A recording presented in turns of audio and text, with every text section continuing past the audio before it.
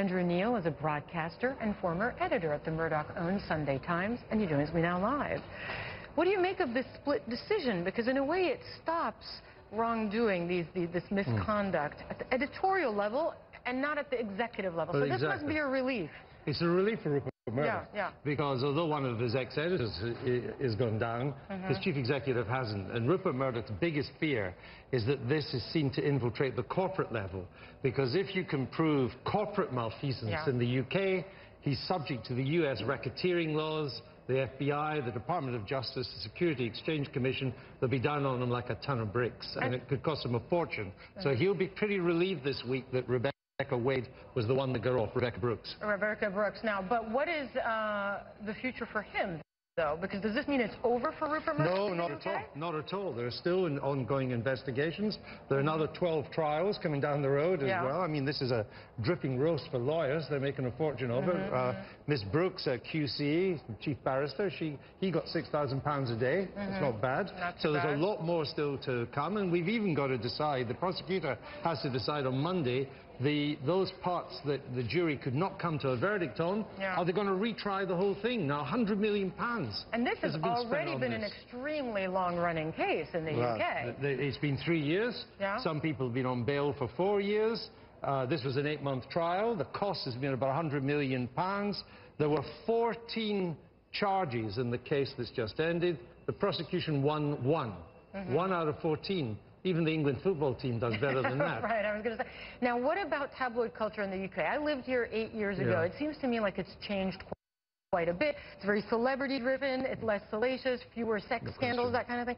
This is the case that did that, hacking was the hacking was the epitome, the peak of British tabloid journalism at its worst. It was a take no prisoners, nobody can touch us, we're almost above the law, everybody's frightened of us. Hacking has changed that completely. The tabloid journalism has had to cool it, has to become more respectable, stop doing the law breaking. They realize now they're not above the law. When tabloid journalists have got a dozen police coming into their homes at 6 a.m. in the morning, you know you're not above the law. So to that extent, it's had a beneficial effect. And it's also highlighted how close journalists are with the people in power, with government. David Cameron has had to apologize twice, once in the House of Commons, once to cameras for having hired Andy Coulson. They were all at it. I mean, David Cameron's unlucky. He's the one in power when this is going on. He got too close to Murdoch. Gordon Brown was very close to Murdoch. His wife used to have pajama parties for Mrs. Murdoch and Elizabeth Murdoch. Tony Blair couldn't be closer than he was to the Murdoch, though not anymore for reasons to do with Wendy Deng. So they were all far too close to it, and it was incestuous. Where it went even worse... But had that changed fundamentally? That's changed now. Oh, they're keeping more of the distance. What was even worse was it wasn't just the politicians and the media, particularly News International. They had the police in their pockets for a long time as well. I mean, that made it like Chicago in the 1930s. That's all changed. Indeed, if anything, there's been an overreaction. The police didn't act quickly enough early on. The pendulum's gone way the other direction now. And now we're talking about the Murdoch empire and potentially damaging effect of all of this on their reputation. I mean, how much is it really going to hurt Rupert Murdoch? It may not, but here's the nightmare for him.